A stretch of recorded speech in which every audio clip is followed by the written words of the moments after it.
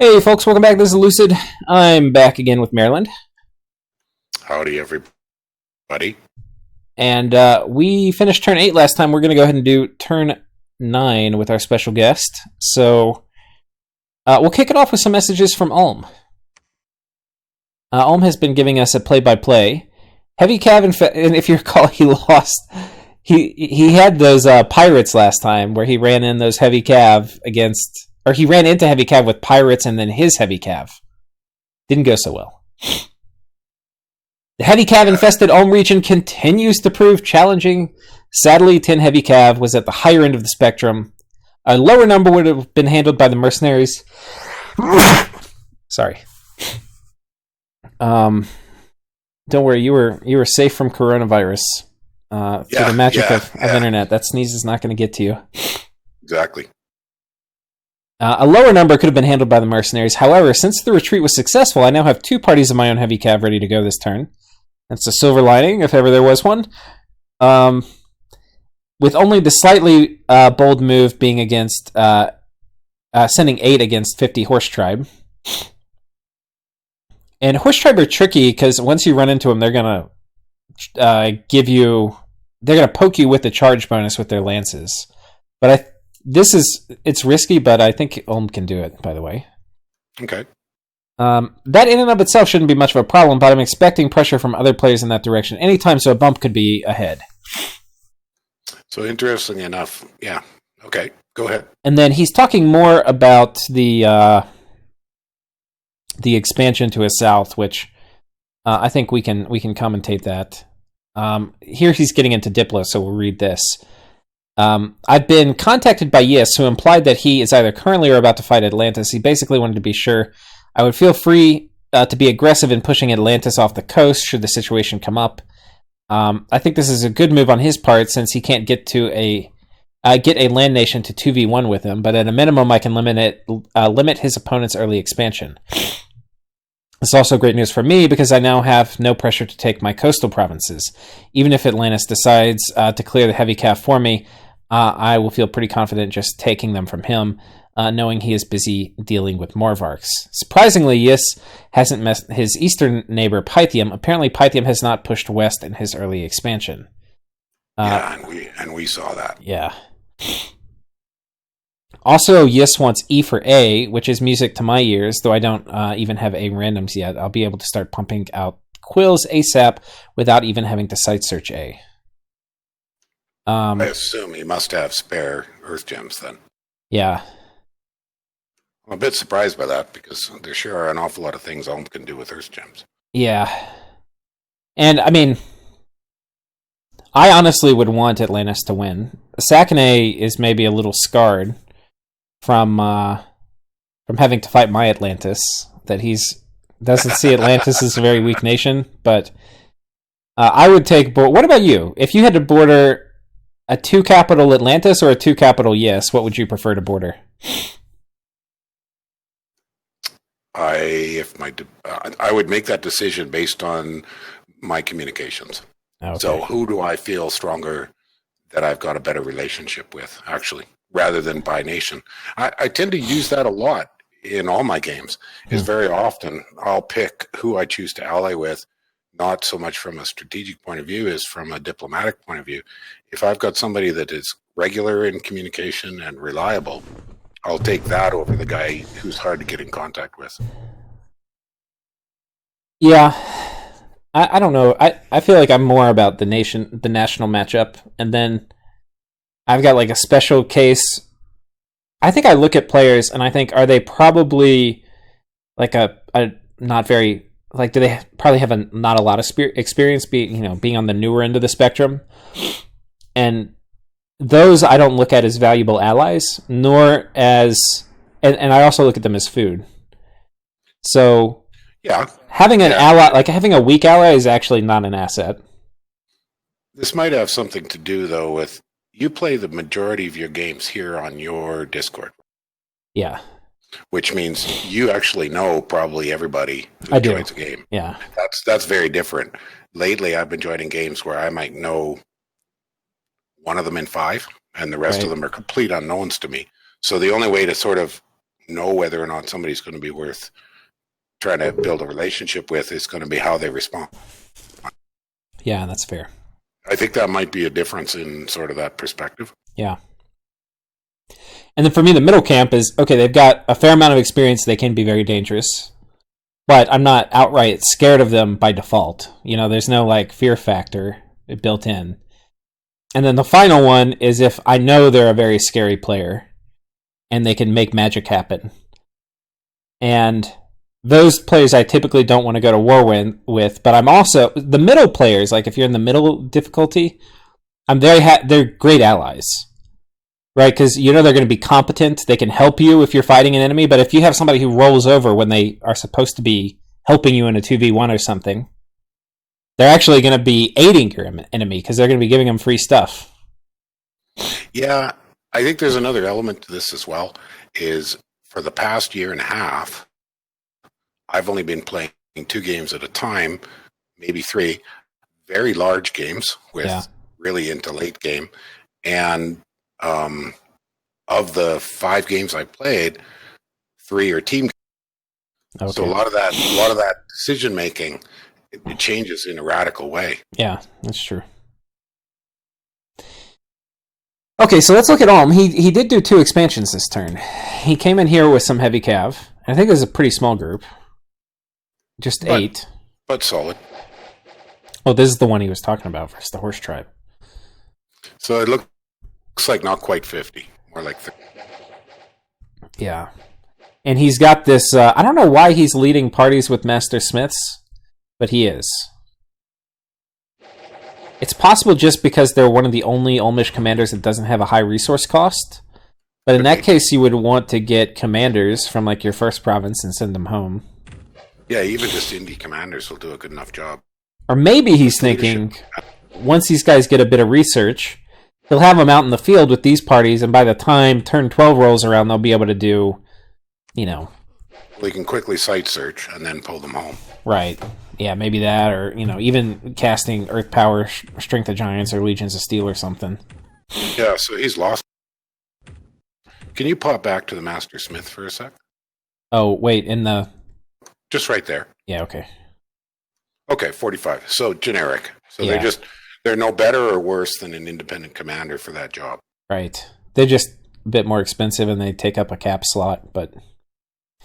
but you'd be buying them anyways.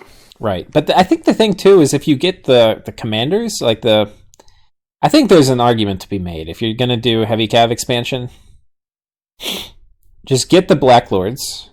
I'd probably do that because they're not going to get sniped. Right. And you can have them charge in. They count, Yeah, yeah. And then even thug them. Right. So you put a couple guys on guard commander. You script it so these guys are maybe behind the other stack of 5. And then you have them times just... 3 would be a viable way, or hold times 2, but a bit behind. Yeah, I'd probably spend a few cap plus. They're only 1 commander point, right? Right. So you can get a Smith and a Black Lord. Or you could get a Black Lord and a Scout, depending on your luck with indies. I'm sorry. I'm a little bit stuck on this, having to use fort terms for Scouts lately. Oh, yeah. Because I've had some bad luck with no independent. Right. But, and the other option, of course, is get commanders from these provinces. Yeah, no reason not to buy independent commanders. If nothing else, for shuffling troops from your capital or your forts up to the front line. It'll be interesting. I know Sakane is going to watch the video. So Sakane, put in the comments, what is your thinking behind the Master Smiths? Yeah, that'd be a good question. Because he will have tested this. I'm positive. He has. This is not. He's not a new player. Yeah, this is not without reason. He has some reason for this that he's decided. It doesn't mean he's right, but he's thought about it. Well, that idea of being able to, when you reach your expansion limit, immediately do a quick site search. Yeah, that's kind of it's one possible interpretation, but it would be very interesting to hear his own. He's doing well. Can you zoom out just a little? So he's carved off a viable chunk of land. Yeah. And down in the southeast, he's got lots of opportunity to stretch it out because he can ignore those Ichthyades, Right. ignore that farm with the heavy cavalry for the moment, and then sweep around. Yeah, and I can see why he is happy about... I think making a deal with Yis in some ways is a deal with the devil, and we'll get to this battle on the cap, but him having the pressure taken off all these lands that are coastal down here, I can see how that is a major relief to him. That's excellent. And he's going to be able to build himself some amphibious troops because he's going to have... the Ichthyades, yeah. And they're not bad. Right. He'll be able to clear this out. Well, the Amber clans are going to be a tough go, but at least he can go and get the other one. Right. So he has a good chance of being first in that pond, and that's a nice chunk of income. Yeah. But also, depending on get you some nice gems. Yeah. No, that's actually good luck for him. That, in a way, it gives him a heck of an opportunity with Atlantis. Overcommitted, I would argue. I don't know. See, I'm always torn about this idea of a direct rush, and yet leaving a whole bunch of provinces that you could be getting gold from that you didn't buy. Yeah. Maybe I might play too conservative. Well, let's go look at this, because we have a big battle in the cap, so let's look at this rush. So Atlantis decided to attack the cap. He's got his god. He's got a bunch of these Triton troopers, which are mercs. He's got a bunch of these pale ones, which are garbage mercs. Yeah. But they're good at sieging. And then a few Mother Guard. And that's basically it. So this is... Now the question is, did Yis think that this guy's going to have the balls to go get on top of his cap? And it appears the answer is no, because there's no more Varks. Yeah. That's not what I expected last turn. I expected him to stick some more Varks on. Right. So let's see what happens. Because basically, well, we can already know he won. And basically, if he did spend money on more PD, but didn't back it up, that was completely... Yeah. Now, one of the things I cannot see as the omniscient faction is the number of candles in a province. But we can tell by looking at his god here that he is in pretty heavy... Like, this looks to be 5 enemy candles. Yeah, and that hurt. Plus, that means he was in 5 last, because you carry the last turns into the battle of the turn you're in. Well, he was in Friendly Dominion last turn, because he was at 208. He's still at 208. But his base is 160. Oh, yeah. No, exactly. So he brought in the Friendly. But next turn, he's going to be down to... to 90. 58. Oh, is it that low? 160 minus... 160 minus 96. So it'd be, he's going to be at 64. Or no, 74. Yeah. That's going to hurt. Well, no, 64. That shows right there. Yeah. Current maximum. So next turn, he's going to be sitting at 60. That's going to hurt. But now, part of the problem is he doesn't... Jeez, you'd think that PD commander would do something. Yeah. But a lot of this is a lot of PD. And so, okay, look at it right now. This is the first turn that this worm has done anything. So far, it might as well have been like this worm wasn't even there. Well, except that how much fear is on the worm? 5. Okay, so that's an AoE 5 that potentially can spread out 5 squares. Might have been why those guys... Oh, I've turned tail back here? Oh, no, they haven't routed yet. The ones to the right did. The one squad of people. Oh, yeah. It could have been. Be kind of cool if there was a mod that lets you see the fear effect. You know, like put some little aura thing pop up. Well, there is I have it linked. There's an old discussion from Johan from 2009 or 10 on how does the AoE for fear work. Oh my god, it's complicated. Yeah. Well, it goes out like a lightning bolt zigzag. Yeah.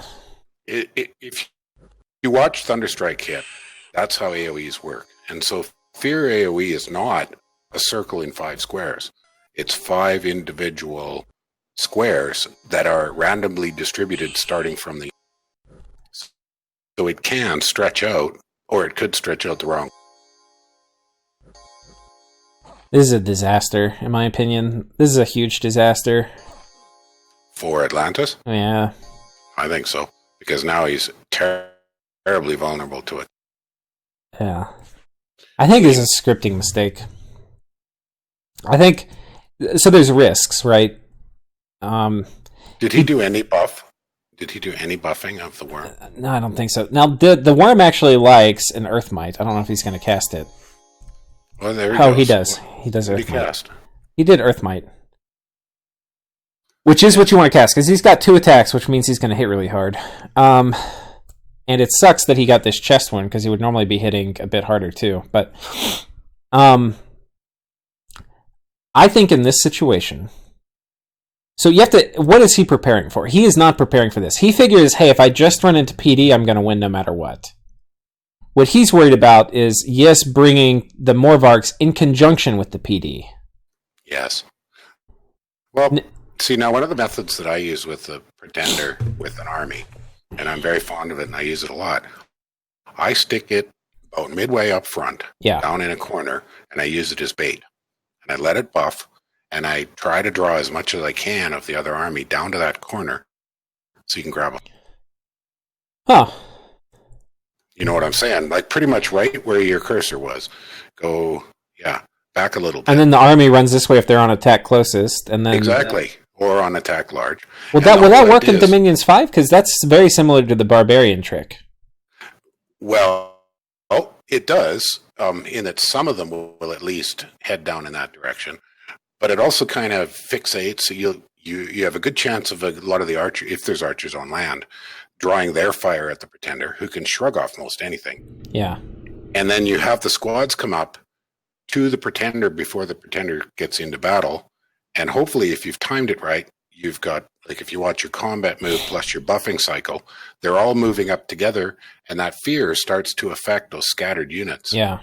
Like one thing with fear I use a lot is try to draw things and let them separate out so that the fear starts affecting the first ones to get close. Yeah. I use that a lot with any kind of monster that has fear. So here's my thinking on this. It's similar to yours, but I hadn't thought of the corner thing. But my thinking is,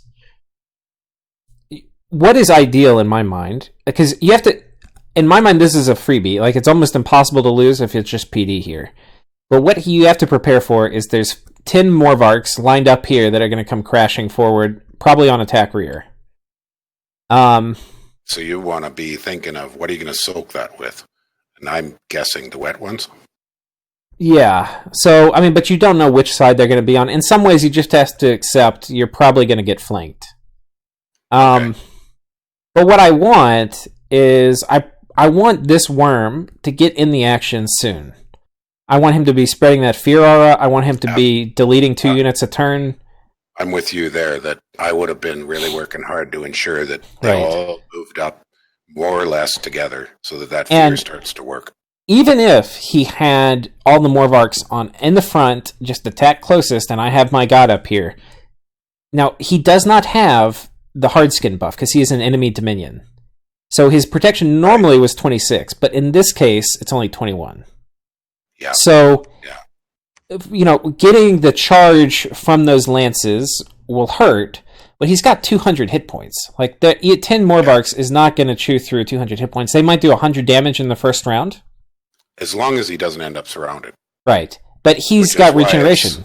And you want him a little surrounded, I think, as long as you have everybody coming in behind him. Because the alternative is the Morvarks hit your troops. And they're going to just destroy this. Like, I mean, unbelievably destroy them. Well, I don't think Morvarks have poison resist. So they might have been, but the coral armor. Well, we can check. Those mercs. But that coral armor, on those mercs, is that coral armor or the coral spear? Yeah, he does have poison resistance. You Oh, okay. almost always as Yiss, you take poison resistance because it's a really important part for expansion underwater. Yeah, there's poison everywhere. Yeah. Okay. So that wouldn't have been okay. Well, that wouldn't have made much difference. So, yeah, I think you gotta. I mean, the Pretender was the whole strength, really, of this army, and he doesn't do anything this fight. Yeah, he hits the line just too late. 1 hit, 2 hits, 3 hits. Okay, 4. He did something. I mean, okay, let's put it this way. They would have lost if the Pretender wasn't here, but they basically lost, and then the Pretender came in and fixed it. Yeah. This is really lagging on me. I don't know why. Oh. Reduced audio or video quality due to network conditions. Okay. Well, this is livable because I've got a vague idea of what's going on. Okay. So well, if it gets... Are you still looking at the battle? No. Oh, then I'm completely stuck. I've stopped getting updates on the stream. Okay. I'm still looking at a fuzzy screen of the battle. Let me go. I'm going to pause it real quick and we'll sort it out. All right. And we had a little networking issue we had to resolve, but I think we're back now. Okay. So here's the Butcher's Ledger for this battle. This looks like it was a PD dump a bit, even from... he had it at 30. But this looks more like 40 PD to me. I don't think so. I think that's... You think that's 30? Because you would get 30 of the Issian infantries, 1 per PD point. Oh, okay. So 30 isn't terribly expensive. Right. Starting with... okay. What are we at? 26 plus... See, I got my hotkeys mixed up. Okay, but I mean, you know, for Atlantis, he lost all the mercs. It's only 140 gold that he spent on the extra PD. Right, and so some of these aren't that. I mean, but he spent a lot of gold on these mercs, so he must have been like competing with Yiss for them. He probably dropped at least 200 gold on each of these mercs. I would think so. Yeah. So and then, I mean. The captains he lost were the Merc captains. He lost a little bit of Atlantean garbage, which is not an issue. So it's not that bad, especially if the Merc's contract was terminating. But now it's like, okay, Yiss has also expanded down here. Yeah, and what's really critical now is, does he have something to bring those troops back? Or is he just going to have to bail on? Right, and I think... because I don't see anything for reinforcements that can hold up against a Morvark counterattack. Yeah, exactly. And those Morvarks here... I think they might be able to move here with larger. Well, they could also move northwest and start cutting off retreat. Right. But I'm not sure. I think they can get from here to here to here. I think with larger they can do it. Yeah. But I didn't think that... No, but I thought map move doesn't make any difference in the water, that no matter what, you're stuck with 1. Nope. It's just a really high map move cost. Can you hit the Control M button? Yeah. Oh, never mind. Well, for me, it won't doesn't work. tell us anything because your guys are immobile. Yeah, but I've played against Yiss enough to know that... and just to end underwater enough, unfortunately, that you can map move too sometimes, but you need pretty high movement. And I don't know whether they crossed the threshold, but they might have. Actually, he's got 4 more up here. And how many in that one? It was 10, you said? So this was 7. Okay. This was 4. And then hopefully there's somebody in his capital. Right. So what about that little runaway army? No, that's not a runaway because it was all PD. Just to the right of where you are. The Yiss army there. 20. Yeah, I don't... Oh, and he's got some people up here too. This just 1. Because, of course, this should be an expansion party. Naked commander and a single Morvark. That's enough for militia. Look at that. Completely balanced, guys. Nothing to see here. That's crazy.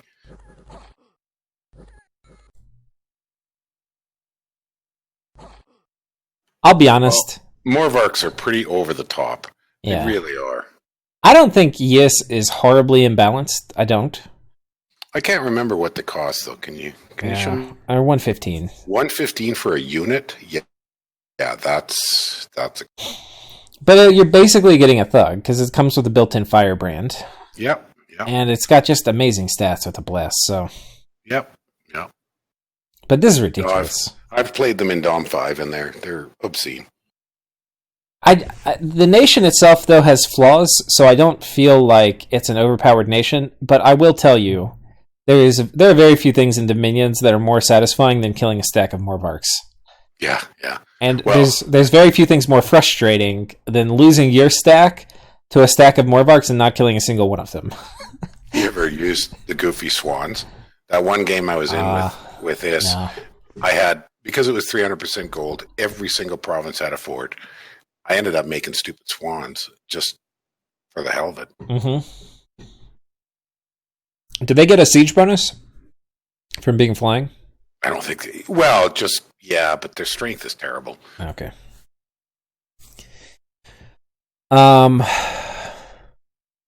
So yeah, Yis is. Well, yeah, I think what you said is right. There's no longer means to hold off like a Morvark counterattack. The god can maybe do it in friendly Dominion, but he was in 5 enemy Dominion last turn. Maybe it's gone down a bit because he's got his god on top of the enemy cap. No, I think he's got to run away.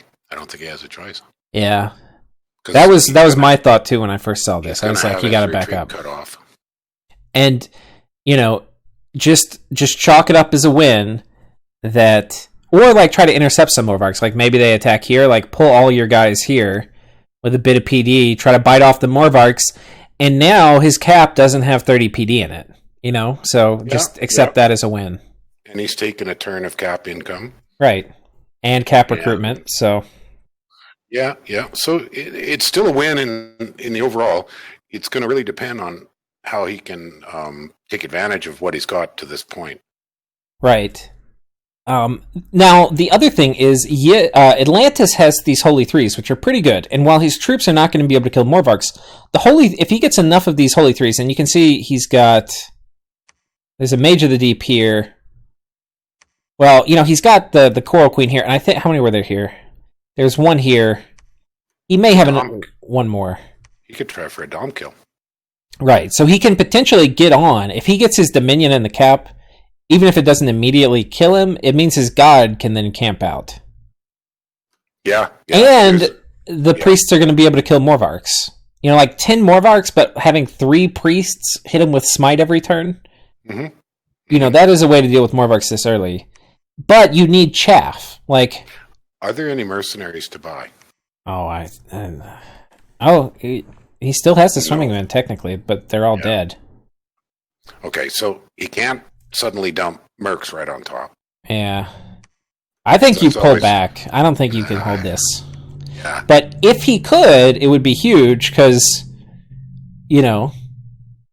all he needs is enough chaff for his mages. Anyway. You got any final thoughts on the underwater conflict so far? No, I'm very curious for next turn what Is decides to do, because there's a few different ways I could see to play this. I'd be really tempted to try to cut Atlantis off rather than try to fight on his capital. I think he can afford a turn. I would probably take this army and cut back, and then I would have everybody else come to the cap.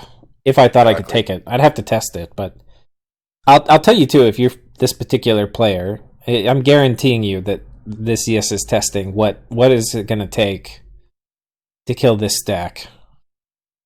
Well, and he might have decided as a strategic decision that after he'd bought that PD thinking he'd fight on top, he looked at what Atlantis had and decided not to put his Morvarks to risk, that one turn of lost income was worthwhile. Yeah. And meanwhile, he gets a bunch of other stuff. But the thing is, this is his only fort, so he has 0 income this turn. Mm-hmm. Well, except from the income he gets from being inside his cap. Yeah, it's painful. So I think actually, okay, looking at this, how do we sum it up? I think the gold trade from this battle was in Yis's favor, but strategically, it was a win for Atlantis, except he has to retreat.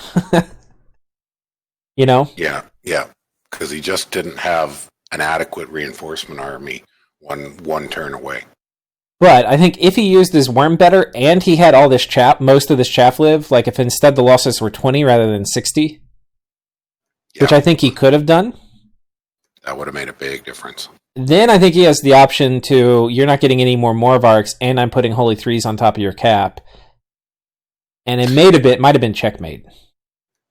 Well, you know, something I didn't notice watching the battle earlier, I don't think that the smiting was doing much, because I think it was totally out of range.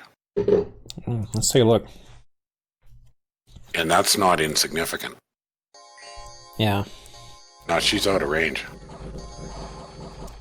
No, okay, you see a Word of Stone.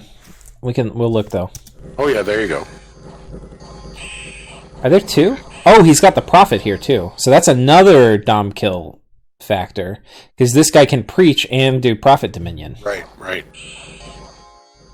No, I guess they were within range. I thought he was out of range. It was 25 on most smites. Yeah. And then if it passes the morale check to turn one of these Morvarks to stone, ooh. Yeah, sufficient H3s could really make a train wreck of Morvarks. Yeah. But you got to be able to take enough casualties for that time to... Yeah. So we'll see how that goes.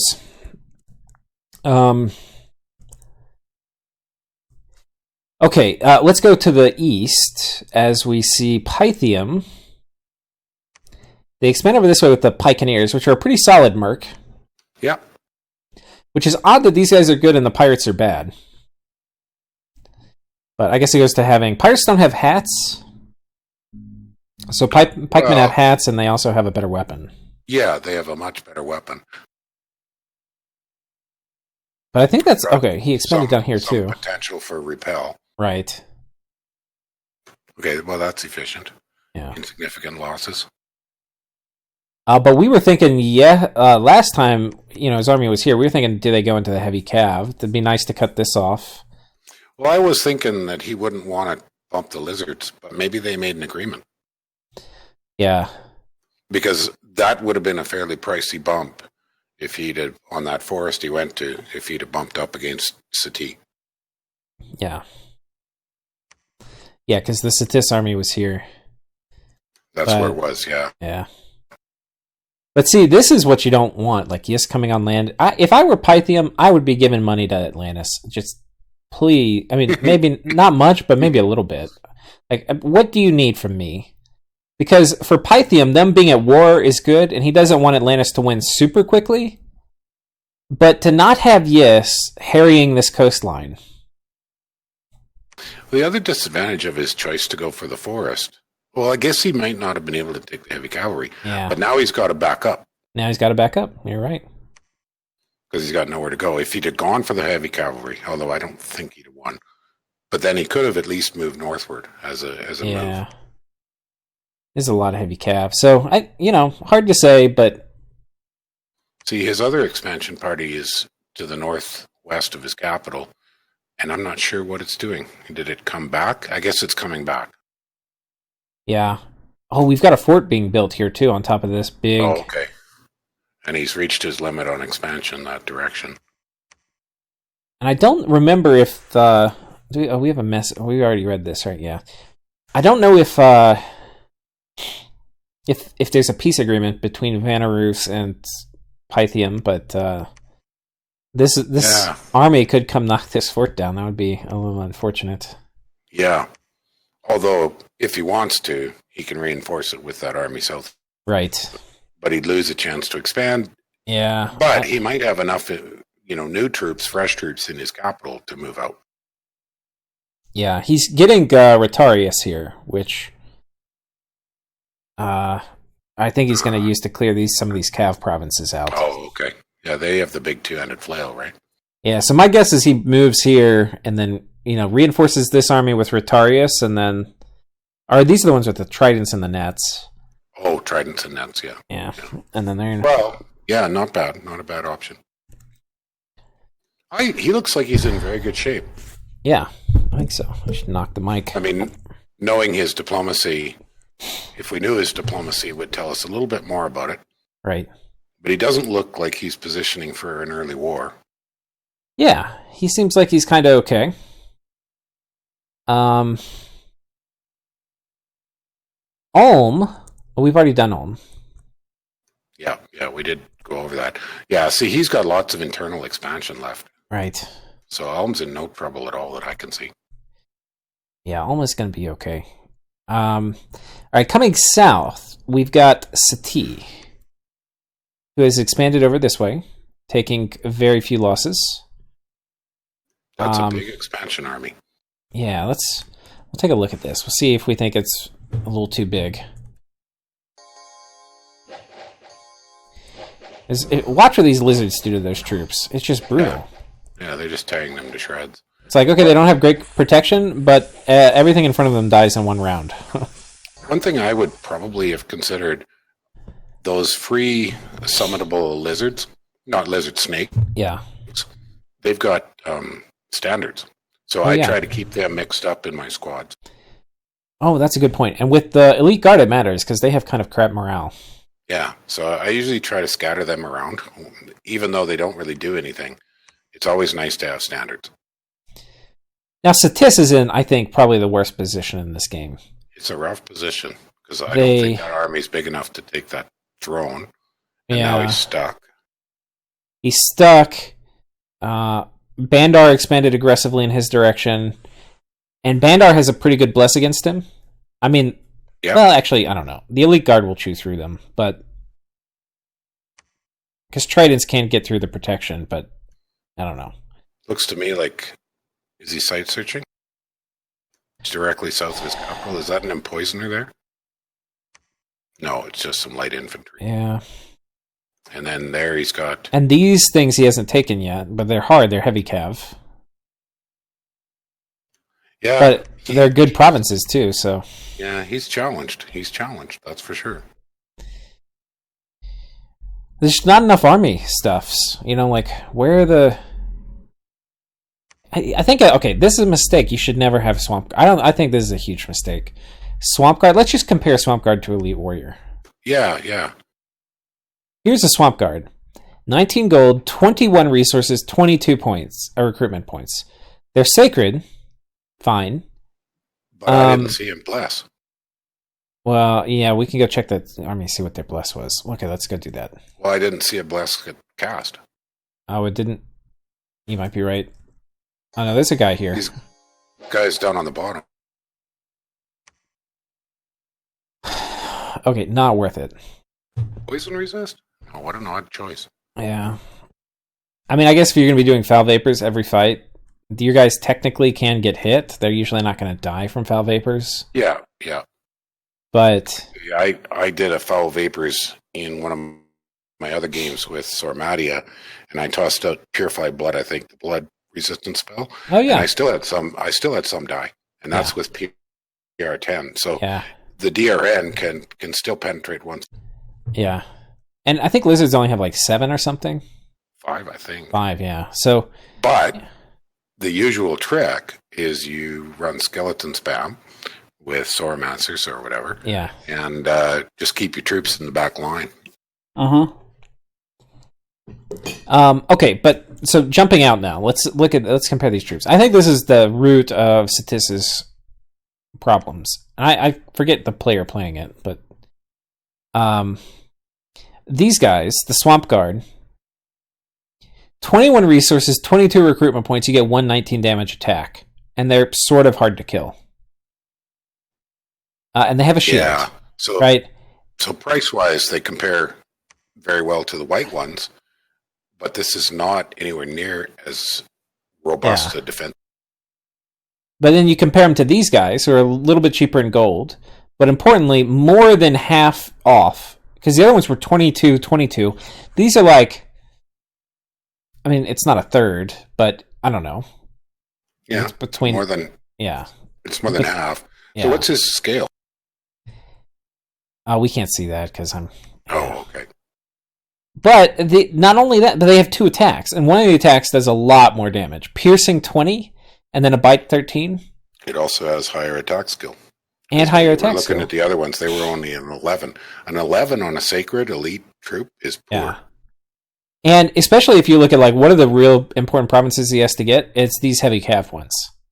And he's going to go try to take these heavy cav with swamp guards. Another thing I was just thinking of, and I can't remember, but we might be having an issue with map move.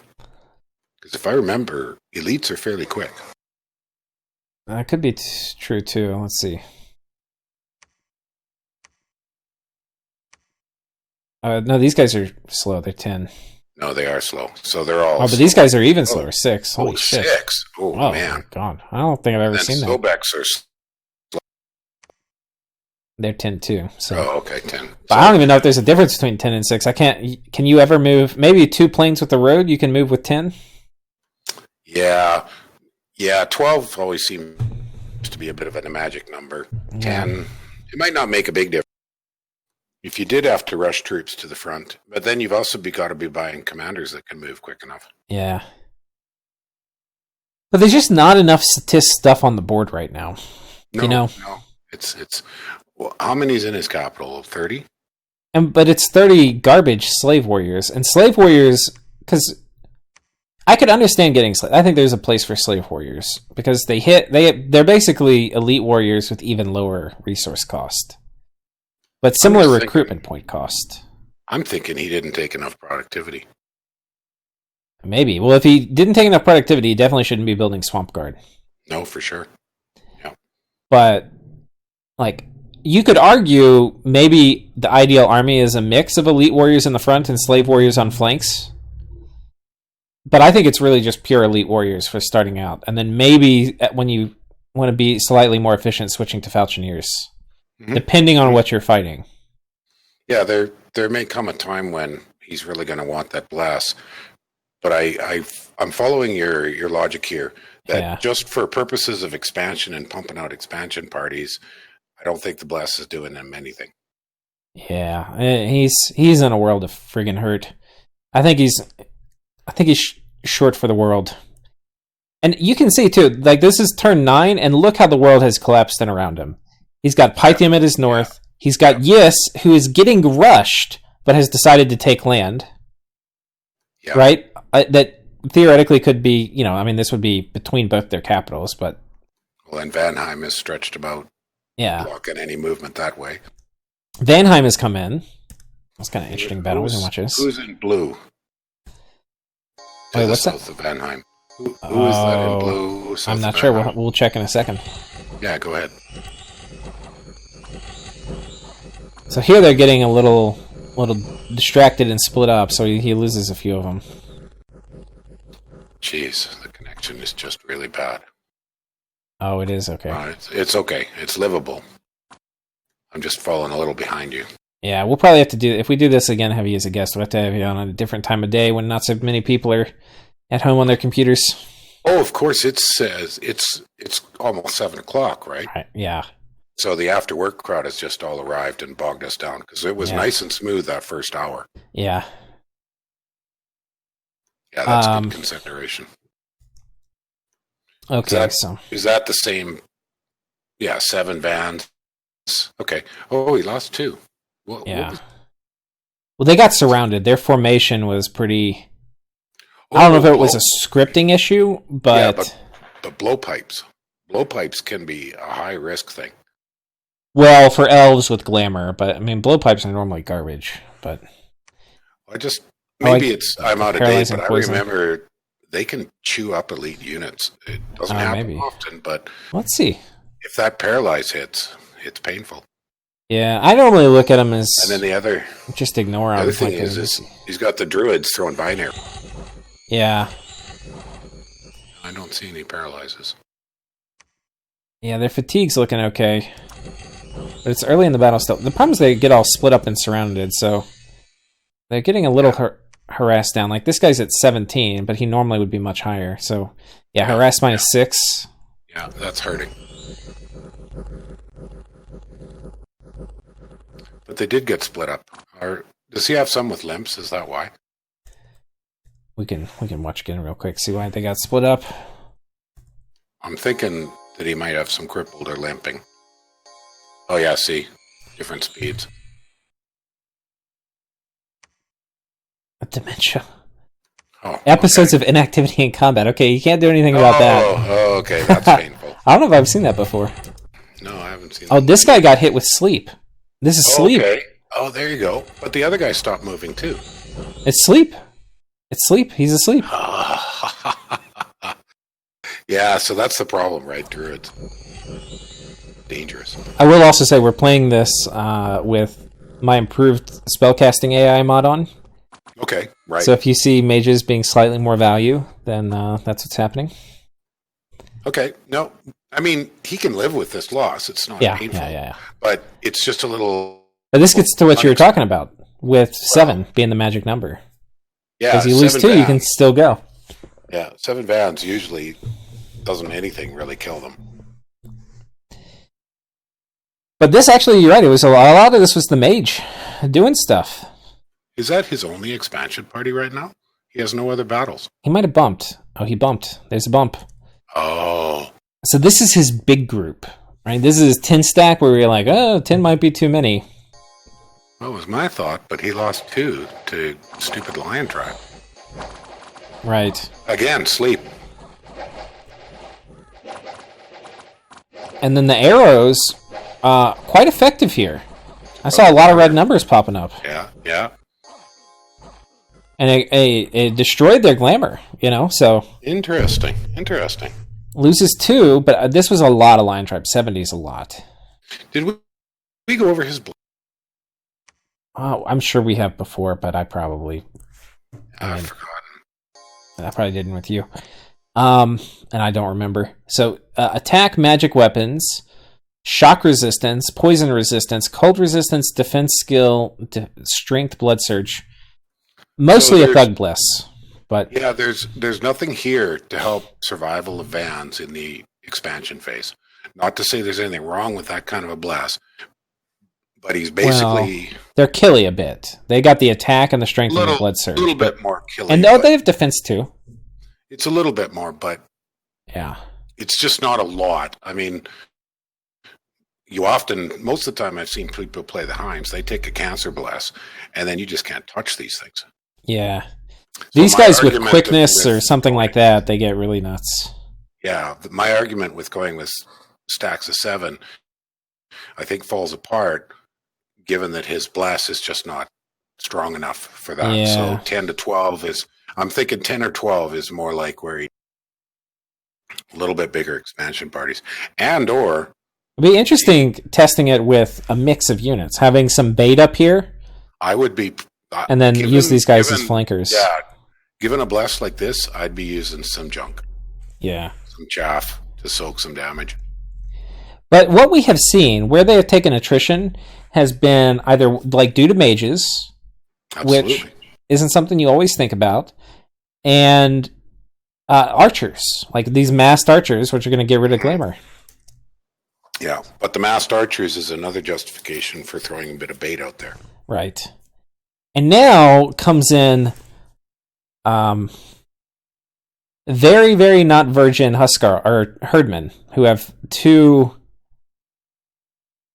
very strong berserking attacks. Yeah, we saw these last episode and they're devastating. Versus a slightly beleaguered force. Now, if you just look at this, you've seen the bless. These guys aren't sacred. What do you think? What's your intuition of the trade? We already know these guys are going to win. They're going to tear the vans to... Do you think... How many losses do you think they'll take? Quite a few. I think quite a few. But they're going to berserk, so then it doesn't even matter if they flank. And what's the guy leading them? Is he just a plane? Jarl. Yeah. So, big deal if you lose him. Yeah. My prediction is this is not going to go well for Van. Van Heim. Vanarus has the big advantage here. I still think flanking would be the best bet against a bump like this, too. Like, sniping the commander is pretty easy. Like you said, they'll go berserk, so you still have to fight probably a lot of them to the death without the routing penalty. Okay, so we got a nice smite off. Oh. And the formation is kind of okay for Vanheim here. But, I mean, these guys are starting to get chopped apart. It's harder for Vanarus than I thought. Yeah. But they're punching through. Because a lot of these guys, like, oh no, these guys are all making contact. It's really only these who aren't making contact, these four. Can you click on one of that van that's most pressed? Check his harass. Oh wait, this just died. Yeah, okay. Look at these guys.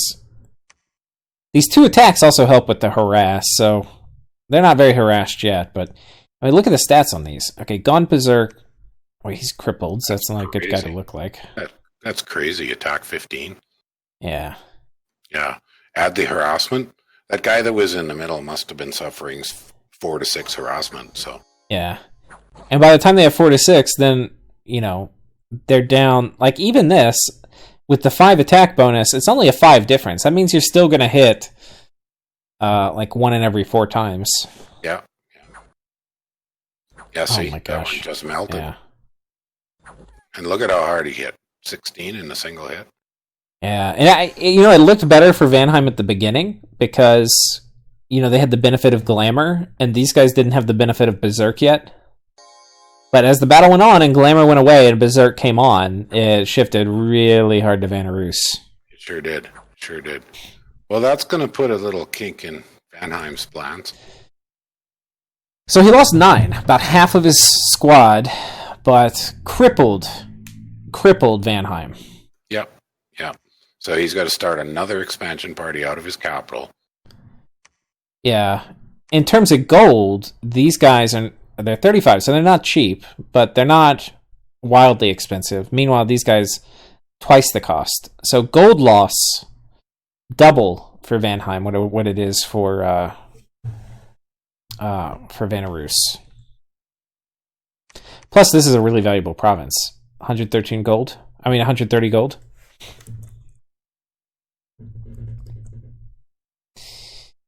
Okay.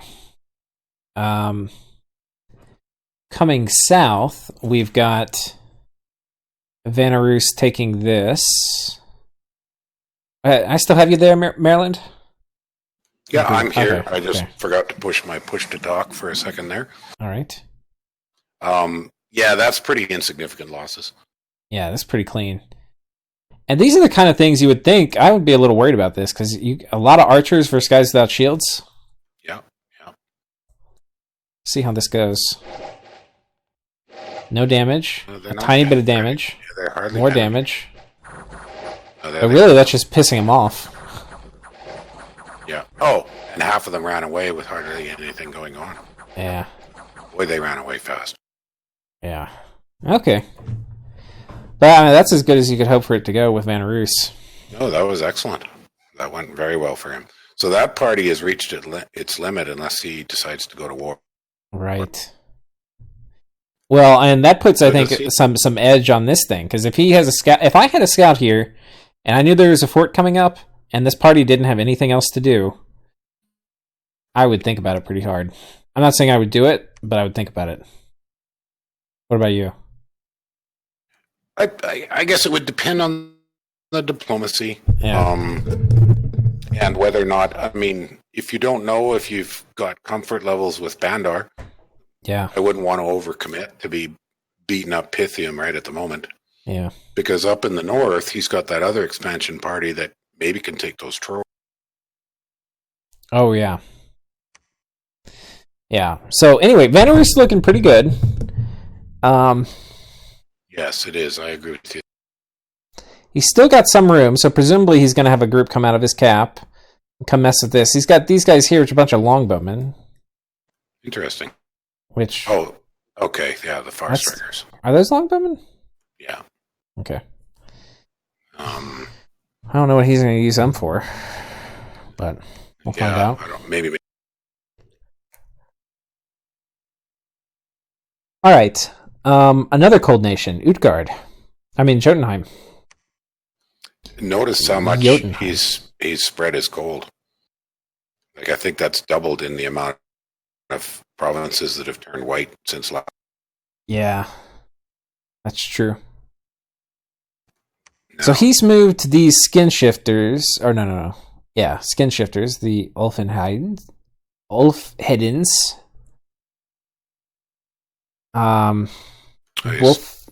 headers. He's choked off Nabaa. Gotten this not terribly valuable swamp province, but I guess the last thing he could get. He's kind of pinned in, but he has some territory, so he's in a weaker position, but not a bad one, not a horrible one. Well, you were asking last episode, what kind of target? It's looking more and more like Ulm is his target. Yeah. So there's a juicy palisade up here. Look at that. Yeah. I'd be like, oh, you wanna take that thing, which probably should be my province, and then you're gonna build a palisade there? Well, let's get some Jotun hurlers. Oh yeah. How much is this? Oh, good grief! 9.4. Yeah. Holy crap! 10 of them will knock a palisade down in one turn. Let that sit in. That's nuts. Yeah. I've had a couple of Agartha games this last year, and I know that even just crappy old Agarthan junk just tears forts to shreds. Oh my god, they do. And it can, especially if it's not a war somebody sees coming, it can really catch people off guard if there's things that are popping forts this fast this early. I'm going to have to try this new Jotunheim. I mean, look at the double moose archers. That's hilarious. Yeah, that's pretty cool. Oh wait, I clicked on the wrong thing. Yeah. I still don't know. 25 gold is pretty cheap, though. That's not bad for 2 bows. Yeah, it's not bad. I mean, on a good chassis, damn. Actually, that's pretty good. Yeah. I'm going to go ahead and rate that thumbs up. Yeah, that's an interesting unit. I bet you morale's terrible, though, right? Wait, but did these get the benefit from the bonus strength? Like the 1/3 or whatever? What's a normal bow? Oh no, 9. But did these... Okay, 1/3 of wielder strength added on these bows. But on the moose bows... But they're not using the moose's strength. Oh, isn't that odd? They're a different bow. They're different bows. Well, that's odd. That might be because if they put the other bow on, it would be the moose's strength applied. Yeah. It would have been like an omega bow. A mechanic's limitation, and that wouldn't be reasonable. Right. So that's probably why Johan chose a different bow model. Yeah. Otherwise, they'd be a little bit busted with a 16 strength. Right. So where are we at? 1/3 of 16, so you're talking 5. So damage of 14 from a short bow, that's kind of over. It seems pretty like a versatile unit. I'm not... These guys can't really fluff. I mean, you don't really have any buffs to go on bows. And naked short bows in middle age, like without having flaming arrows or anything, not super great. Yeah. They're an interesting unit. I don't know. Run them around sneaking. But they're cheap. Yeah. And maybe it's just for PD. They shoot and then things close and then they clobber them and they got 38 HP. Well, I guess the other question, and I don't know the answer, do they have foreign recruit? Because if they can make the Moose Riders and can be recruited in all forests. Yeah, if in all forests? Oh, well, there you go. That's a significant difference. Yeah. So that opens up some options. You buy the little cheap Wolf Rider commander. Yeah. Sneak moose all over the place.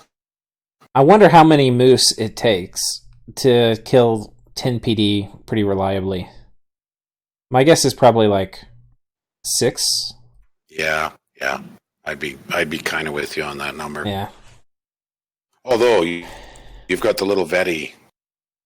The Wolf Riders are really good too, so it's pretty. Yeah, it's interesting. I don't know.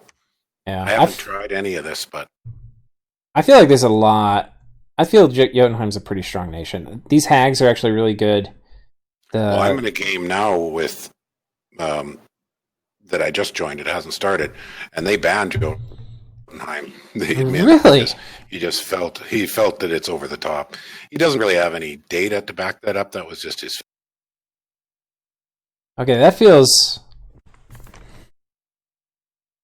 I think it's a strong nation. There's nothing in it that makes me feel, especially for middle-aged. Holy crap. Middle-aged is like the weightlifting competition where everybody's on steroids. So like you show up and you're not taking steroids and everybody's sitting there looking at you. They're like, what's going on with this guy?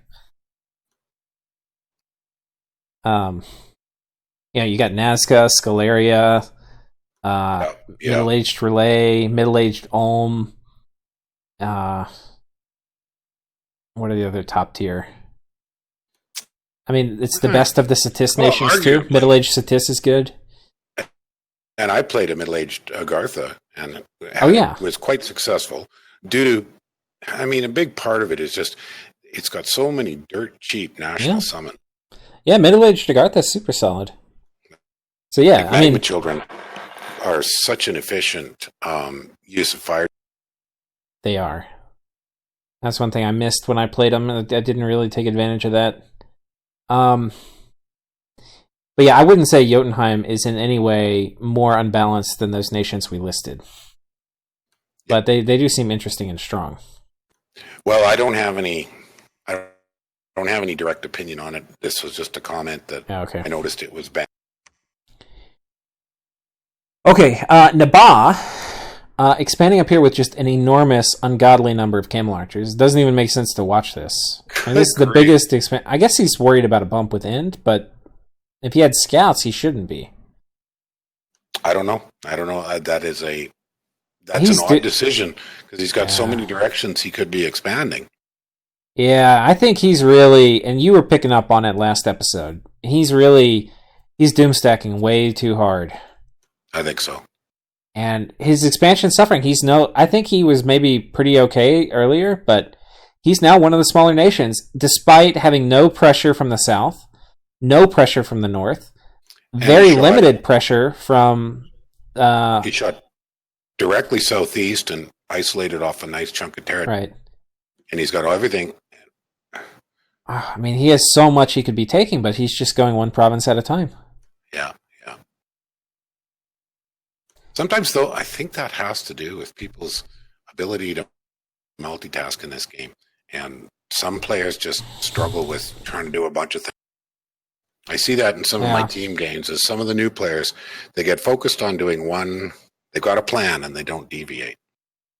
So they move forward playing this game in a linear manner.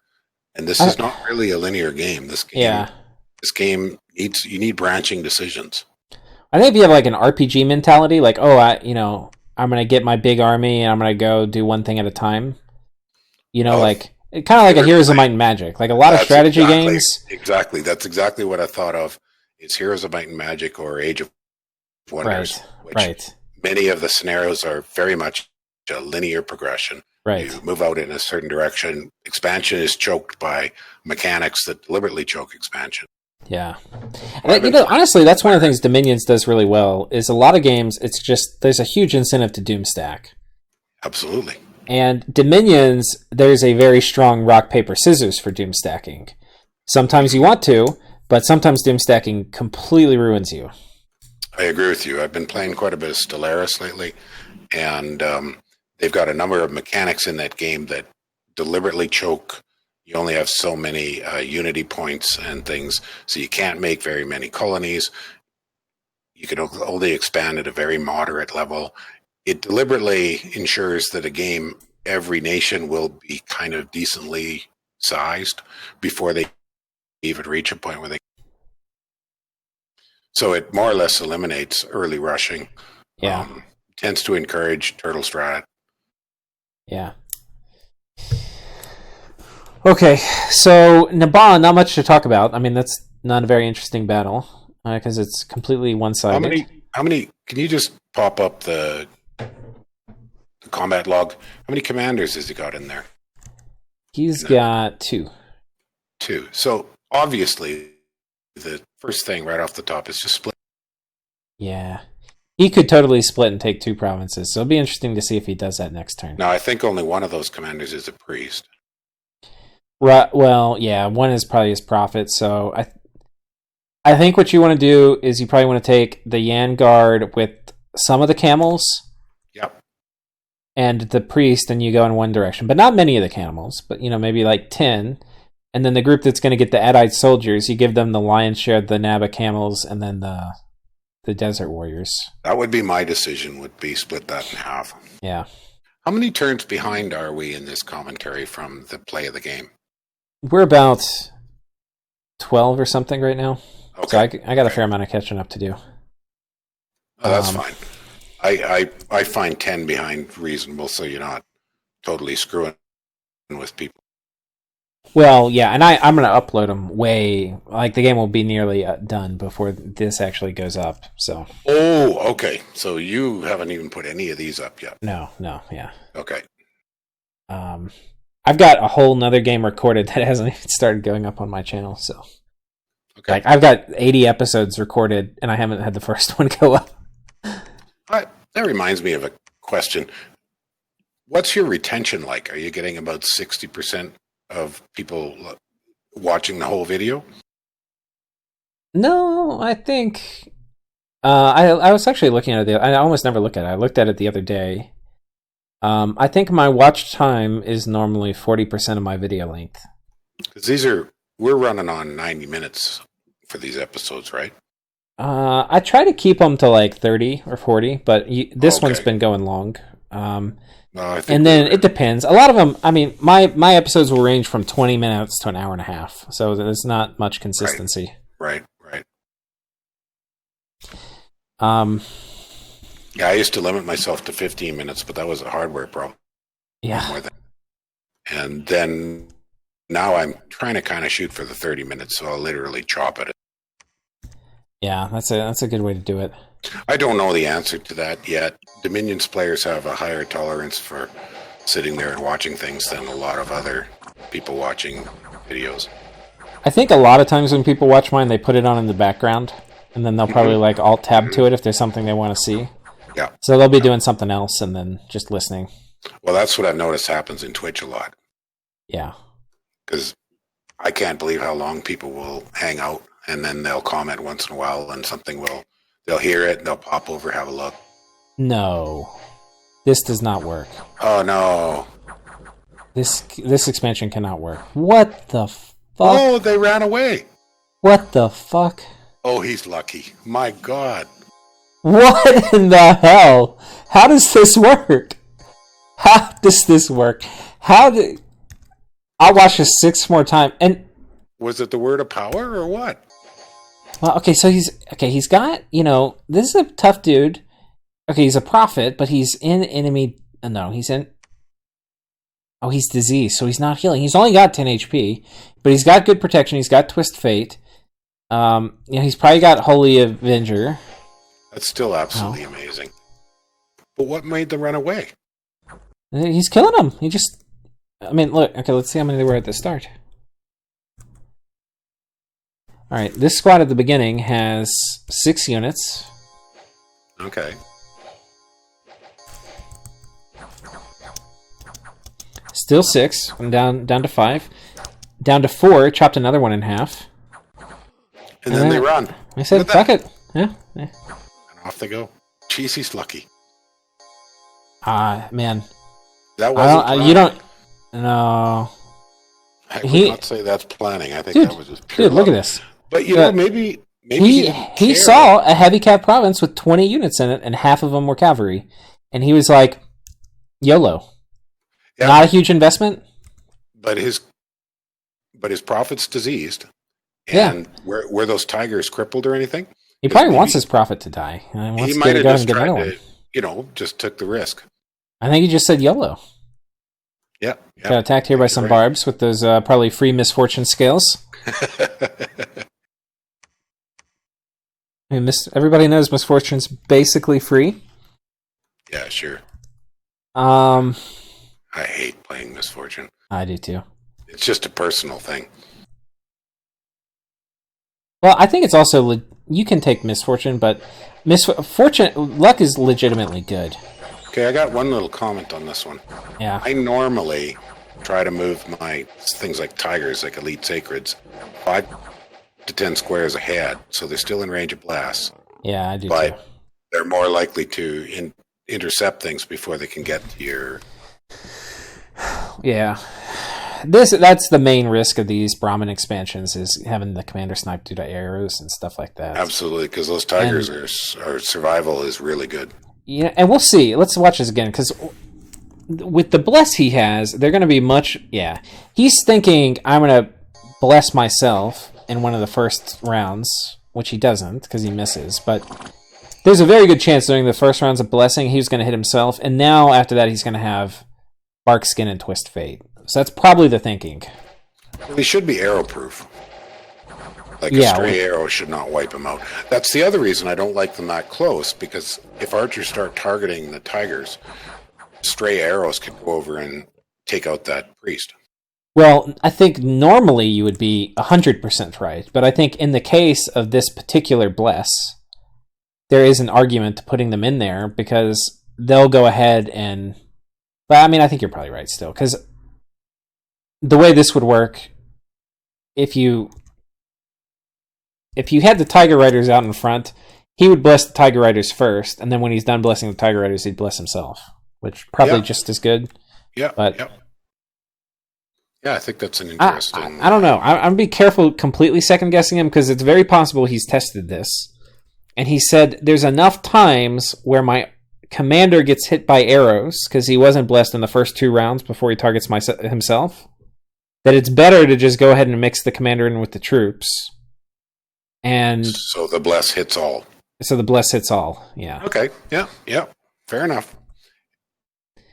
And sometimes it's really easy. You get into habits that you use all the time, and then you get a wake-up call. So one of the most powerful things about these collaborations is you get the different viewpoint. Right.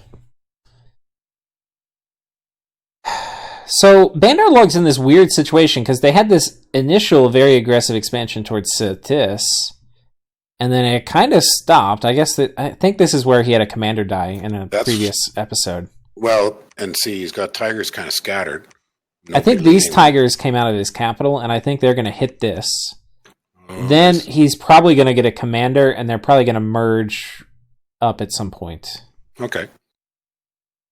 But let's see, if he gets all 3 of these, it'll be all 2 of these. 1, 2, 3, 4, 5, 6, 7, 8, 9, 10, 11, 12, 13, 14. And then with his cap, that's a decent size. It's an adequate expansion. Yeah. Because he did shoot out and carve off chunks of territory. Right. Rather than just a straight circular expansion. Yeah. And this is with some things going wrong. Like he lost a party due to the priest earlier. You know. Yeah. He hasn't had the barbarians attacking. And then he got some barbs. Yeah. I think he's still in pretty solid condition. Now this Zot's province is going to be a little tricky for him because of the Brahmin. Well, he's got a mob of chaff in his capital. Yeah. So maybe he's going to see a whole bunch of Marcata archers. Yes. If it was me, I'd probably be using that mob to take the Zots and just absolutely surround your commanders with Marcata. Yeah, that's a good point. And then who cares? Okay. We've covered Vanarus, right? Did we? Or yeah. Well, they had the bump. In a serious way, we covered them quite a bit when we discussed Vanheim and Vanarus and their competition. I think we've covered everyone. Is in very good condition. So yeah, I think we've covered everyone. I think we have. Yeah. All right. Well, I think we're definitely over our time limit. So, thank you for joining me, Maerlande. You're very welcome. Thank you for the invite and the opportunity to share different perspectives and open up some ideas. This is an interesting game. Pretty solid gameplay. So nice. Yeah, it's going to be cool to see what happens. So I think with that, we'll sign off. And thank you all for watching, and we'll see you next time. Bye, folks.